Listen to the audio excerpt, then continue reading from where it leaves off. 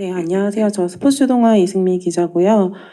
그 시즌 1이 굉장히 큰 파장을 일으키고 그 큰 이슈가 됐는데 사실 그 좋은 평가도 받았지만 이면에는 좀 일부 영상이 너무 자극적이지 않았냐는 좀 그런 비판도 없지 않았는데요.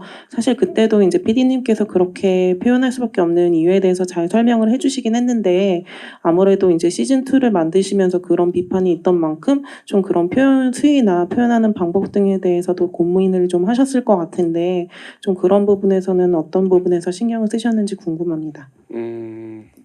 제가 잠시만요. 핸드폰을 열어서 제가 저장해 놓은 문구가 있는데 그걸 한 번만 좀 읽어 볼게요. JMS에서 저를 보고자 동영상이라는 동영상을 공개한 것을 이유로 해서 고소를 한 적이 있었습니다. 그래서 실제로 검찰까지 송치가 돼서 조사를 받고 나왔는데요. 근데 그 사건이 불기소로 일단 정리가 됐습니다. 그럼에도 불구하고 당연히 JMS 측은 항고를 했고요. 항고에 대한 결정문에 제가 그간 하고 싶었지만 얘기하지 않았던 내용을 그 검찰이 인정한 내용이 있었어요. 뭐였냐?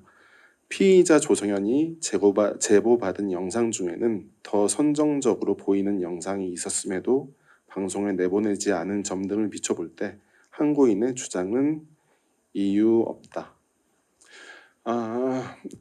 어느 정도로 저희가 이 수위를 조절하는 것이 적절한 것인가에 대한 고민을 참 많이 하게 되죠. 근데 저는 저의 방송 프로그램에 나오시기로 하는 그 약속을 해주신 분들의 한 분 한 분의 그 어려운 선택, 내가 나가서 그들에게 나의 고통, 가족들에게도 말하지 못한 그 고통들을 증언하기로 했을 때 그분들이 얼마나 어렵고 힘든 결심을 했는지를 알고 있습니다. 제가 그분들에게 약속하는 건 이 사건이 있는 그대로 알려질 수 있도록, 그리고 이 사건이 어떤 것이었는지 모든 사람들이 알 수 있도록 하겠다라는 것이었습니다. 저널리즘이라는 것이 사실 그런 거죠. 있는 사실들을 전파하는 것, 있는 그대로. 그래서 우리가 알아야 할 것들을 알게 만들어주는 것. 그런데 제가 이거는 저의 생각일 수도 있습니다만 방송 심의 규정 혹은 저널리즘에 대해서 사람들이 생각하는 것 중에는 이런 측면도 있는 것 같아요. 그러니까 저희가 적절한 수위를 지켜서 보여주는 것, 적절한 수위를 갖춰서 그것들을 얘기하는 것. 메이플이라는 피해 여성이 저희 방송, 그러니까 시즌 1 나가기 전 6개월 전에 한 방송사를 통해서 본인의 인터뷰를 거의 비슷한 내용들을 얘기를 했습니다. 근데 누구도 기억하지 않고 아무도 그것에 대해서 반응하지 않았어요. 저는 그 차이가 결국에는 피해자가 얘기하려고 했던 내용들을 스스로 점잖게 저희들이 그것을 깎아낸 것이 문제는 아니었을까라는 생각을 합니다.